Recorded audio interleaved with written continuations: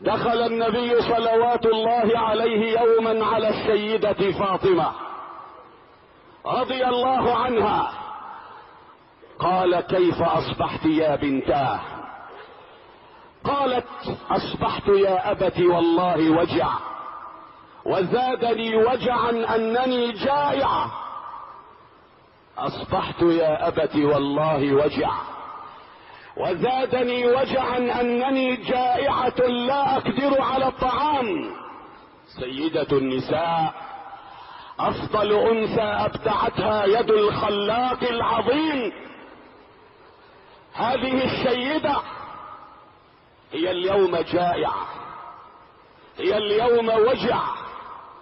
هذه السيدة العظيمة التي ينادى في أهل المحشر يوم القيامة: يا أهل المحشر غضوا أبصاركم حتى تمر فاطمة بنت محمد صلى الله عليه وسلم. حتى تمر فاطمة، هي بنت من؟ هي أم من؟ هي زوج من؟ من ذا يداني في الفخار أباها؟ هي ومضة من نور عين المصطفى، تاج الشعوب إذا تروم هداها.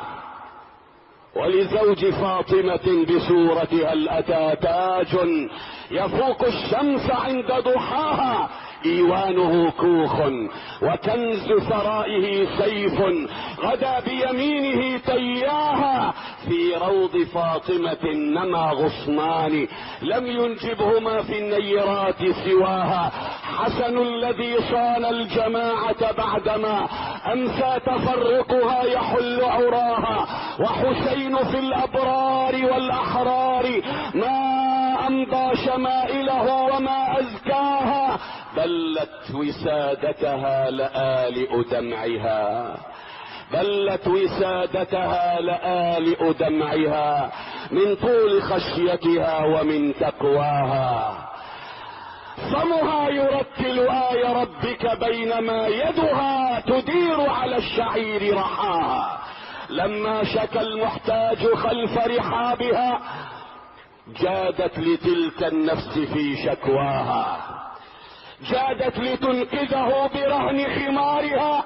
يا سحب اين نداك من جدواها؟ لولا وقوفي عند امر المصطفى وحدود شرعته ونحن فداها لمضيت للتطواف حول ضريحها ولثمت بالقبلات طيب ثراها.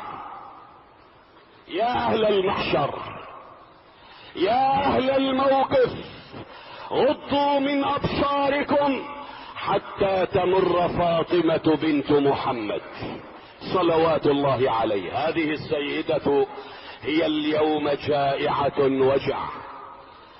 بكى رسول الله صلى الله عليه وسلم ثم قال: لا تجزعي يا بنتاه، فوالله ما ذقت طعاما منذ 3 أيام وانا اكرم على الله منك، ولو سألت ربي لأطعمني، ولكني آثرت الآخرة على الدنيا.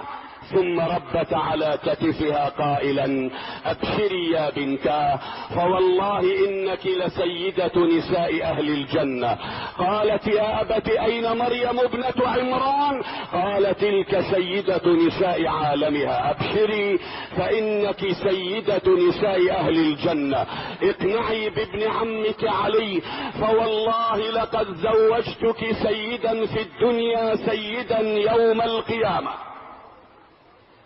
قال النبي صلى الله عليه وسلم لسيدنا علي كرم الله وجهه: يا علي، احمد الله على 3 أشياء: زوجتك فاطمة وهي سيدة نساء العالمين، واولدت منها الحسن والحسين وهما سيدا شباب اهل الجنة، وصاهرت محمدا وهو سيد الانبياء والمرسلين. وفي ذلك كان سيدنا علي يفخر على اصحاب رسول الله صلى الله عليه وسلم شكرا لله على هذه النعم، شكرا لله على هذه النسبة، شكرا لله على هذه الأوسمة الربانية.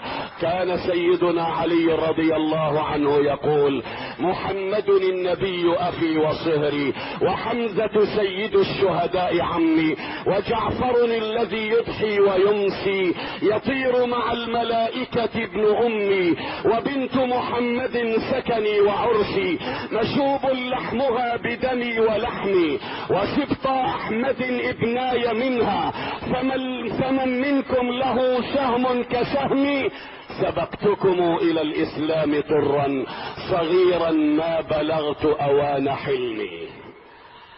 ولكنه كان يقول لسيدنا الصديق رضي الله عنه: يا أبا بكر كلنا صحبنا رسول الله، فبما سبقتنا يا أبا بكر؟ فأجابه الصديق رضي الله عنه: يا علي، صحبت رسول الله وأعطيت الصحبة حقها. قال: صدقت يا أبا بكر.